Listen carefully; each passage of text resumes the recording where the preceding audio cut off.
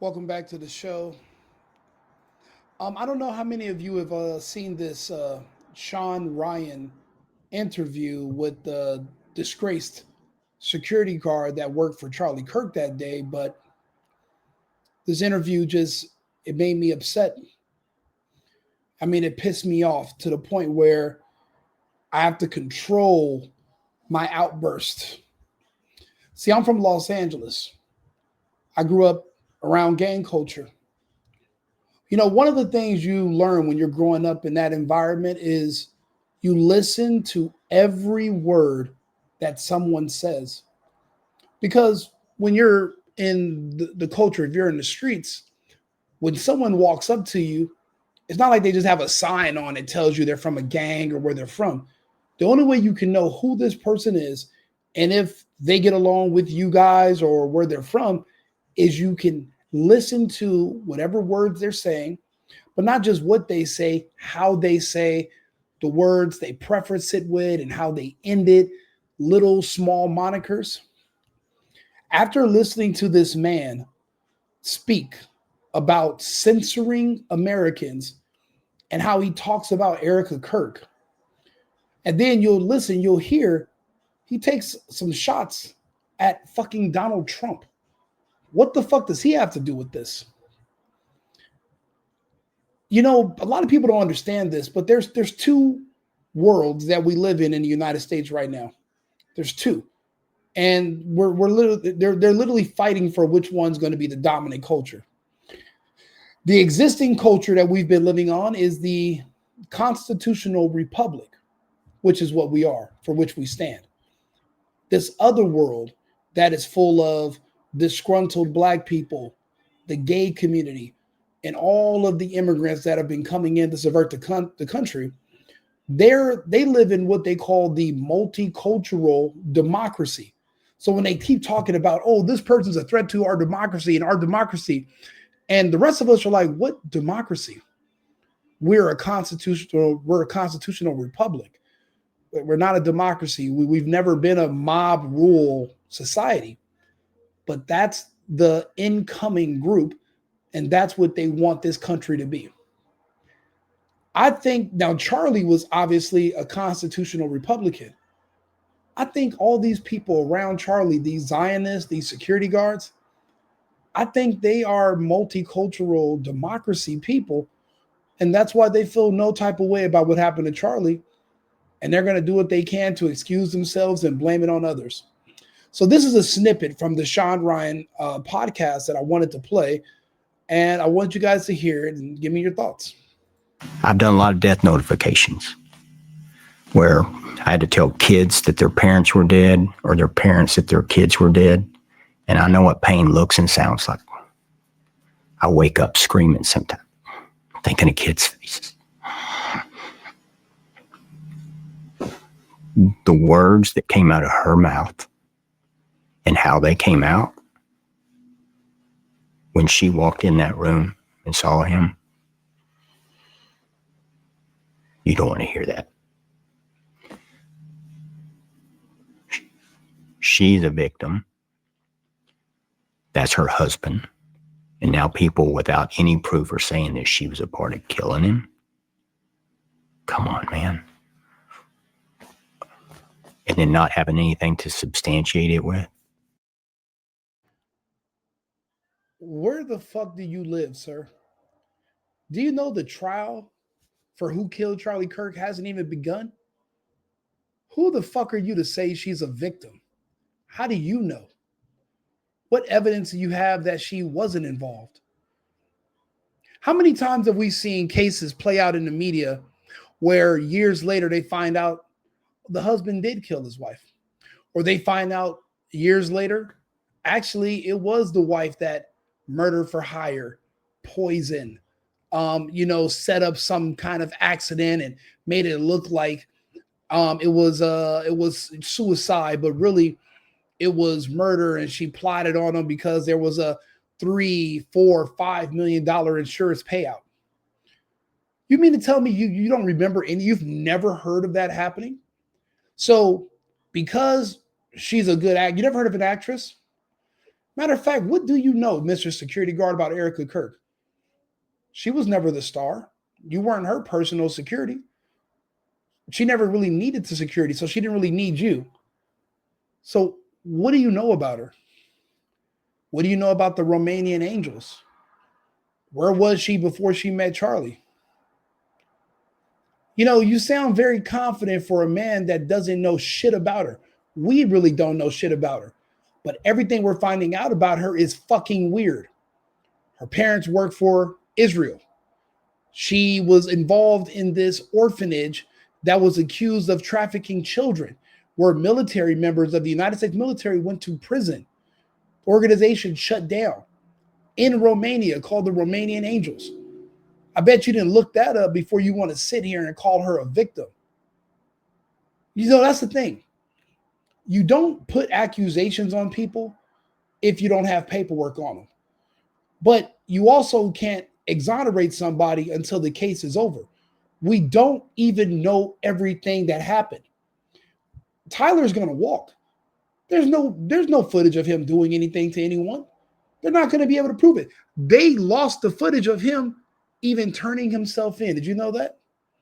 They did a FOIA request to the sheriff's department where he turned himself in 2 days later with his parents and a friend of their lawyer.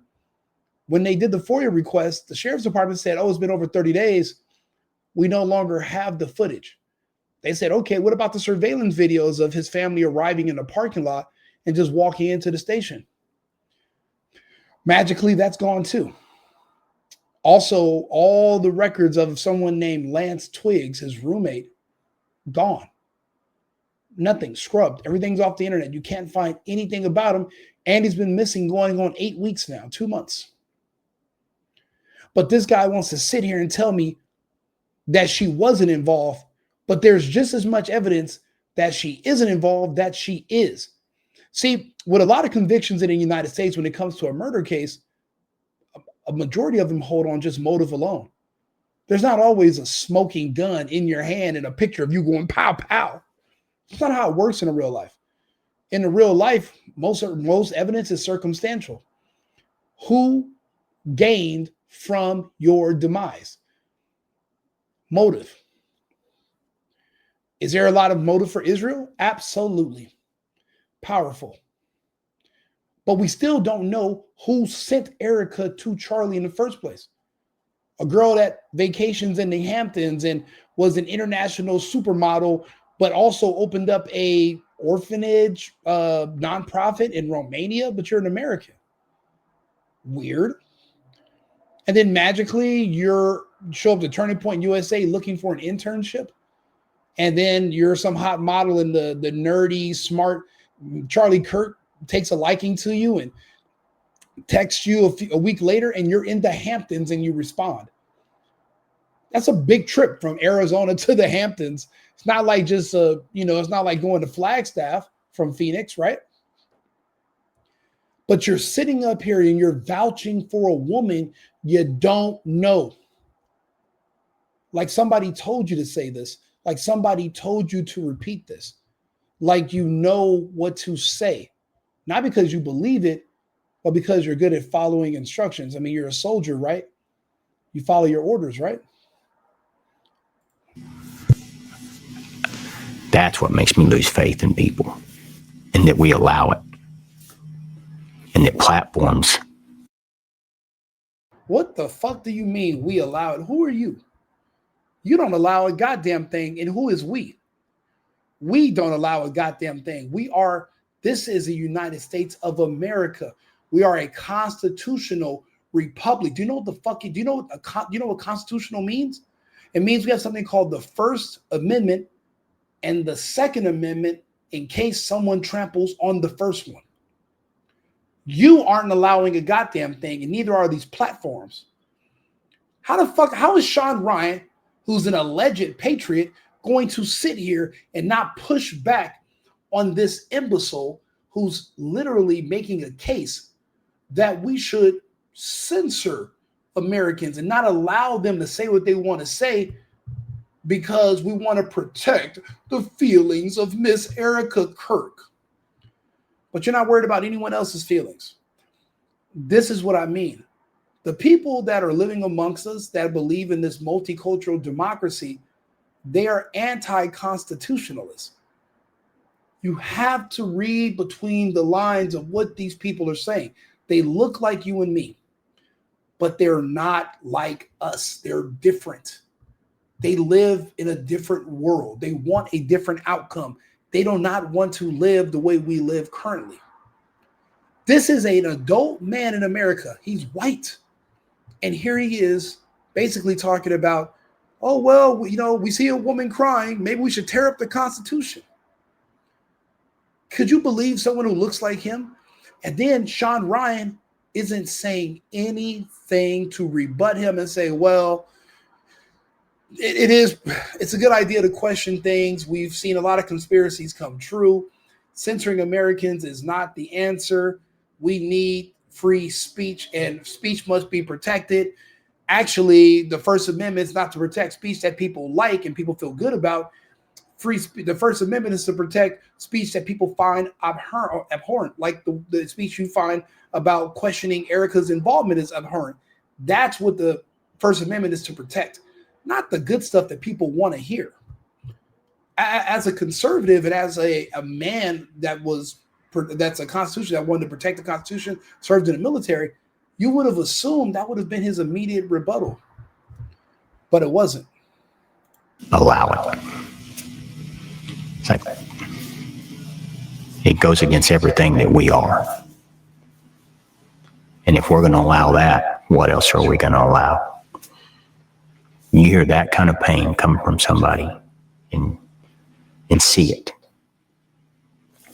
And I could only imagine the pain she's feeling now by happening to hear that people say that she was a part of it. Those are lies. How do you know? How do you know they're lies? He just died barely 2 months ago. There's been no trial. There's been no deposition. There's been no discovery.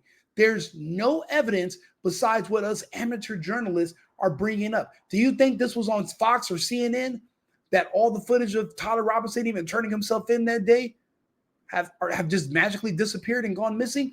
Evidence gone. Footage of him walking into the station, footage of him talking with the detectives, all of it gone. Gone. So it's going to be hard to mount a defense, but it's also easy to defend yourself when there's nothing to defend yourself against. There's no footage of him taking the shot. There's no footage of him breaking down a weapon. There's no footage of him touching a screwdriver. There's no footage of any of it. There's no debris from ammunition. There's no, because when you fire a weapon, the gunpowder gets on you. They did a ballistics. There's nothing. There's nothing. And you think that a jury of 12 is going to convict him based on nothing? That's not how this works.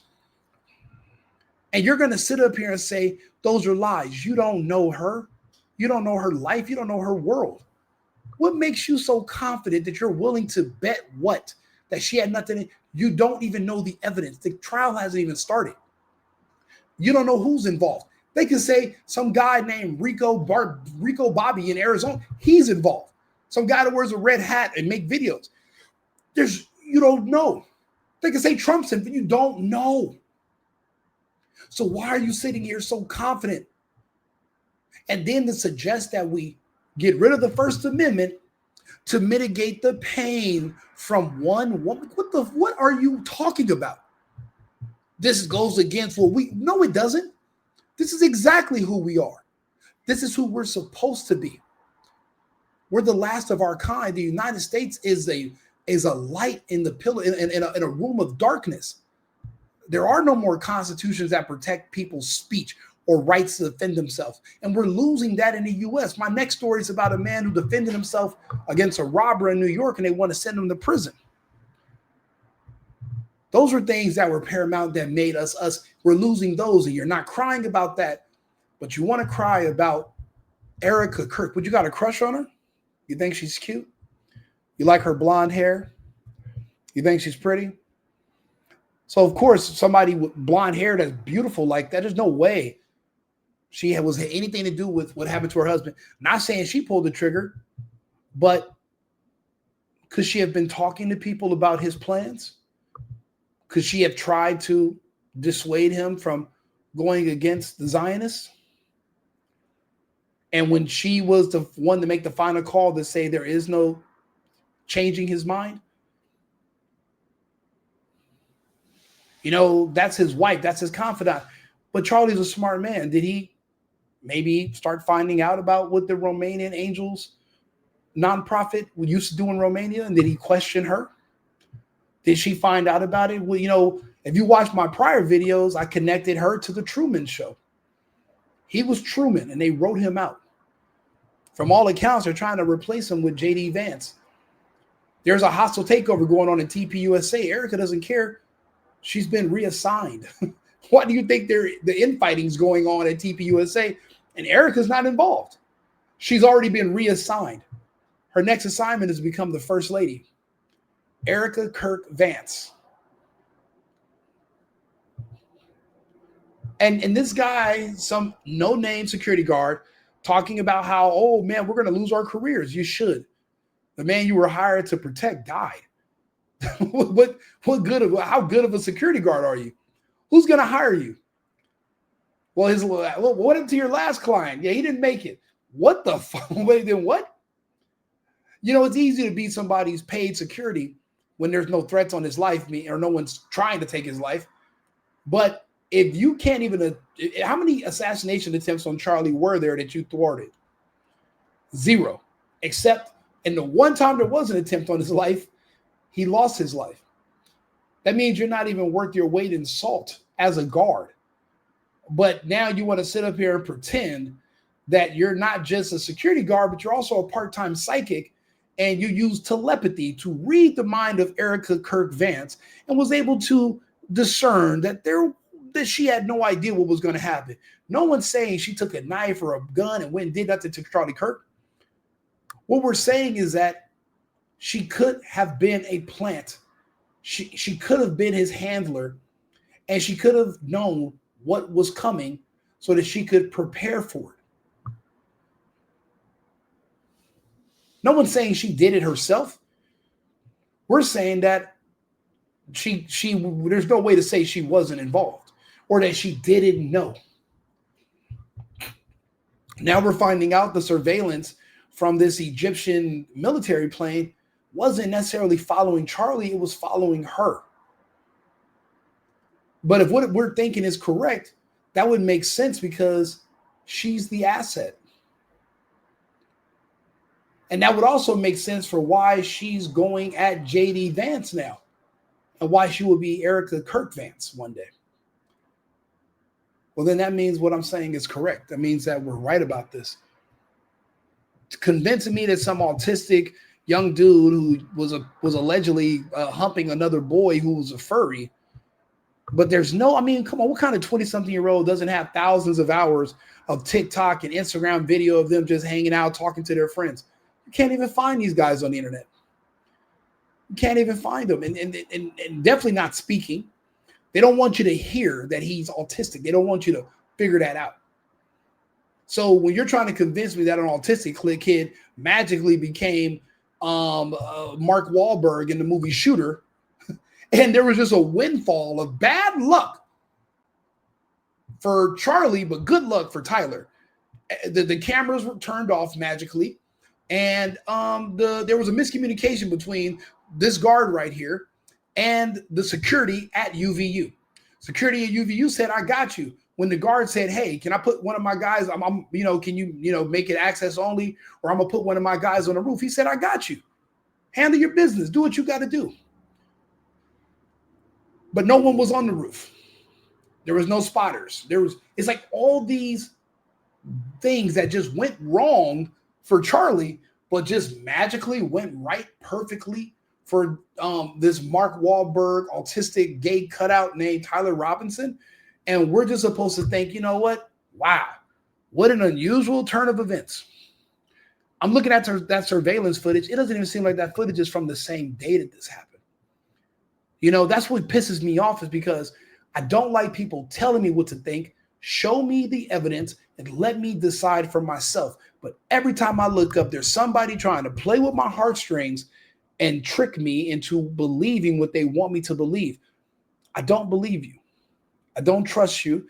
I will look at everything and decide for myself. And what I've decided is that this is all bullshit and nonsense, and we're not buying it. We're going to keep digging. We will find out the truth. And so then we have that organization. It's got this huge power vacuum going on now, and I'm sure it's affecting it. It's affected me, and so that's an organization with a lot of great people in it doing good things. What good people? What good things are they doing? I know Charlie. I know what he does. I think he's doing great things. Who are the others? What do they do that's so great? Charlie goes around to different universities and they basically do data harvesting of young students where we talk to them and convince them that they shouldn't be gay and they should be traditional. They should love life. They should love God. They should love their country. But we get their emails and their phone numbers and we put them into a database and we invite them to different events, primarily evangelicals. We go around the different campuses and we argue with liberals who are on the wrong track. Charlie was a one-man army. I never seen him with anyone besides Candace Owens on stage. There was another blonde girl. I seen her.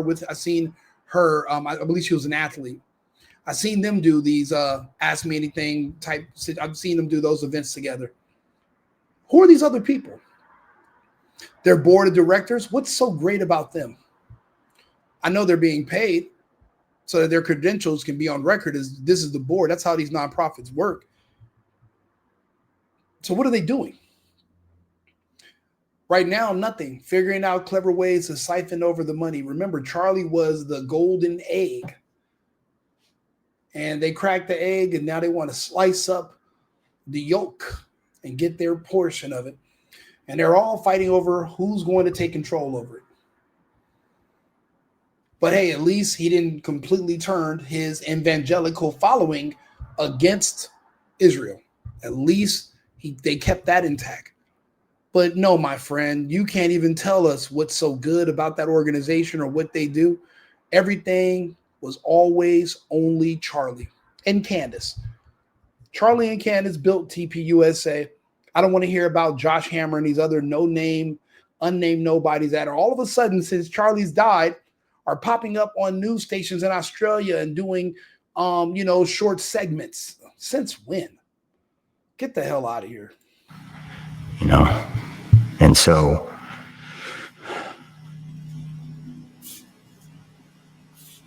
where do we draw the line to people making allegations of bad behavior? You don't get to draw the line. I can allege any goddamn thing I want to. That's called speech. What you're supposed to do is have a counter speech that can prove me wrong. You're supposed to be able to counter my speech with evidence to prove that what I'm saying is incorrect. You don't get just to assert yourself. You are not a king. You're not a god. But see, when you're a multicultural democracy, it's the majority rules. Well, if 51% of the country says we burn down the other half of the country and 49% say we don't, well, the majority wins. Guess who's about to burn? Salem witch trials was democracy. How'd those turn out? And this is a grown man. You think he doesn't understand how this country works, how our society works? He's envisioning a brave new world, a whole new different society, a multicultural democracy. He doesn't believe in this constitutional republic. That's why when they planned to do this to Charlie, whether he was involved or not, when he found out about it, he said nothing because he couldn't stand the fact that Charlie was a constitutional Republican from the old world that they're trying to subvert, that they want to change. These people look normal. Do you know how many of them are MAPs and you just never knew they were minor attracted persons? They look normal. They have to pay bills. They have to function. They have to eat. They have to have a house. But there's another world. There's a secret side to them that's in the closet and they want to come out. When Biden was in office, these people started poking their heads up. They felt a little bit emboldened. Kamala emboldened them into embracing it. California passed a bill, SB 145, that decriminalized being caught with an underage kid. If you are gay and the kid says he's gay too, you don't got to register as a sex offender. That's progress for the multicultural democracy. We don't know if he's one of them. Then somebody like Charlie and Trump talking about how that's horrible and disgusting and no, we're not going to ever decriminalize pedophilia. Well, that would put us on two separate sides of a war. So that means Charlie would have had his enemies pretending to be security all around him. I'm doing the math. I can actually sit here and explain this to you in detail. That's what makes someone like me a problem. That's what makes Nick Fuentes a threat. That's what makes Candace Owens a nuclear missile of information and truth. Saying something about somebody is one thing. Being able to clearly articulate it in English and explain it to different groups of people in different ways, that's another. I'm noticing there's less and less people like me, like us, that have the ability to do so. So we're here. He can say these things, but you see, he's not going into details. I can analyze and go into detail about anything that I'm saying. I don't just throw stuff out there. I bring the evidence and I explain my rationale. He cannot, and he's probably twice my age. It's a huge question. I mean, could you imagine? Think of this for a second. You lost friends. And could you imagine somebody reporting that one of your friends, his wife, was responsible for their death? What would you want to do to him? What do you mean? What would you want? I wouldn't want to do shit to him. I'd want to see the evidence and look for the investigation. And until I see the evidence, I wouldn't be able to draw a conclusion either way. That's what a rational man of sane mind and body would think. If somebody came to me and said, Rico, your best friend died. We think maybe his wife has something to do with it. And without me looking at the evidence and being able to prove or say either way, I'm like, fuck no. I want to fight. I want to hurt someone because they're accusing her. And the whole time it turns out she actually has something to do with it. We find out later. How many times has that happened? Now I got egg on my face. I look like an idiot because here I was vouching for someone and I was dead wrong. This man is literally acting. He's putting on a role in front of some guy named Shawn Ryan and basically trying to sideways convince us to burn up the Constitution, get rid of the First Amendment, just because we don't want to offend a suspect. And yes, no one's saying it publicly, but is Erika Kirk a suspect? She's the spouse. They're always a suspect. They're suspect number one because the windfall of downstream of who benefits from this, of course, is going to be the wife. They're always a suspect. The fact that he's not more open-minded or just staying neutral, that tells me that he was sent to do this interview. Remember, everybody else has a gag order, but not him. Imagine he can come do an interview, but he didn't go to Candace. He didn't go to that, who's another, Crowder's a joke, but there's other people he could have went to.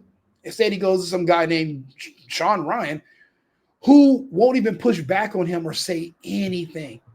People were mad at Tucker because he wasn't tough enough on Nick Fuentes. But I don't hear anyone criticizing Shawn Ryan, who basically was answering his own questions that he had for this security guard. He says, actually, let me jump in and answer that for you. Motherfucker, how are you going to jump in and answer a question for the man, a question that you just asked? So you're going to answer the question that you just asked yourself? But I'm supposed to take this interview seriously. This is supposed to be evidence that people are wrong for questioning everything, especially Erika, especially the motive, especially the fact, especially the circumstances around Tyler Robinson. We're not supposed to do that because we don't want to hurt someone's feelings. Man, fuck your feelings. What does Shapiro always say? Facts don't care about your feelings. This is a constitutional republic, and this man is talking like he lives in a multicultural democracy. Let's see what else he says next. Yeah. And it's like, man, we're better than this. We should be better than this. And we're not. And people are bitching about the leaders we have. And I was like, hey, we get the leaders we deserve. How the fuck did that come up? You know who he's talking about. He's talking about Trump. Have you ever met a man that looks like this, that hates Trump?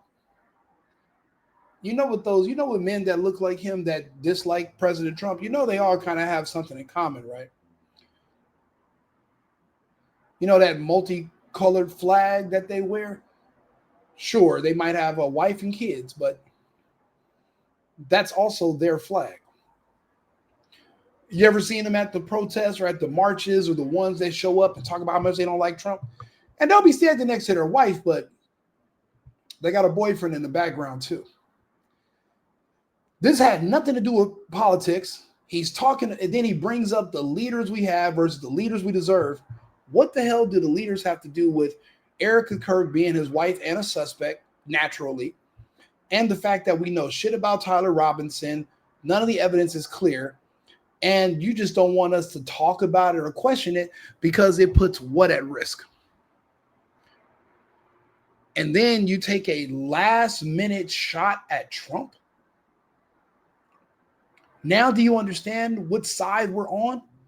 Those six Congress people, they are like him. They're maps. They have that multicolored rainbow flag. That's their flag, not the American flag. Those people and this guy, they're the same profile. They're all a part of the same team. That multicultural democracy. They're not a part of the constitutional republic. And they're with us. They live with us. They live amongst us. They look like us. They speak the same language. They know the terrain. Ideologically, they're on a different page.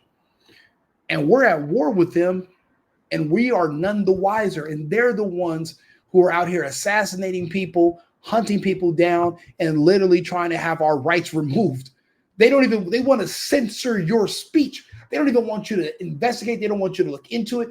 Oh, Kansas has turned this to a true crime because I'm asking questions about someone I love dearly getting killed. Now I'm so what if I am? At least I'm talking about it. What's the harm in it? Shouldn't you welcome someone else helping you investigate? Shouldn't you welcome new information? Why would you shun it? This video is going to get seen by a lot of people. There's going to be views. I hope in the short segments that I'm going to clip up, I hope people understand what I'm saying and what's happening. The people that we're at war with they're not all going to walk around with a turban or walk around with a Quran. They're going to look like us. But they're going to see you as something different. These people surrounded Charlie, and he had no idea these people had these secret lives, that they were a part of this other world, this other country that they're trying to start within our country. And by the time Charlie found out, it was too late. It's a good point. And we don't deserve very much right now. On each side. On each side. Both sides. No matter where you're watching, yeah, I'll be honest. Shawn Ryan's a shitty. This is a shitty interview. He's not good for talking. He's just sitting there. He didn't want to poke the bear. He didn't want to upset anyone.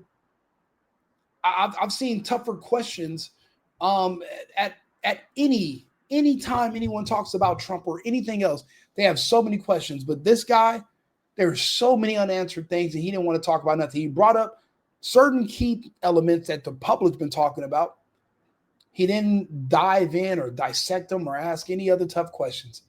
You know what he says? Yep. Then what the fuck was the point of this interview? See, I'll start doing more interviews, and I'll do better than this. I'll do better, because this was extremely uninteresting, and it was just basically a piece to put out there so you can try to set your own historical record about said events, and then people can start to reference out from there. No, we're not playing that game. I counter every point of this interview. This is my second video on this interview, and maybe I'll make more. Fuck you, Shawn Ryan. You should have dug into this guy. Pause. But you should have gotten more information out of him. Who knows when another one of these security people are going to poke their head up from the ground? Nobody knows. Maybe a year from now, they're going to have 800,000 in their account out of the blue, and they're going to disappear. Who knows? But for now, we still have questions. Like and subscribe. Share the video. Right Wing Rico. Remember, America first, America only. I've been needing to find a new apartment, which has not been easy with credit as bad as mine. Luckily, I found cosigning.com. They connected me with a cosigner who helped me get my dream apartment for me and my dog. I just paid a small fee and was able to move in fast. Get the cosigner you need for the apartment you want. Check out cosigning.com today.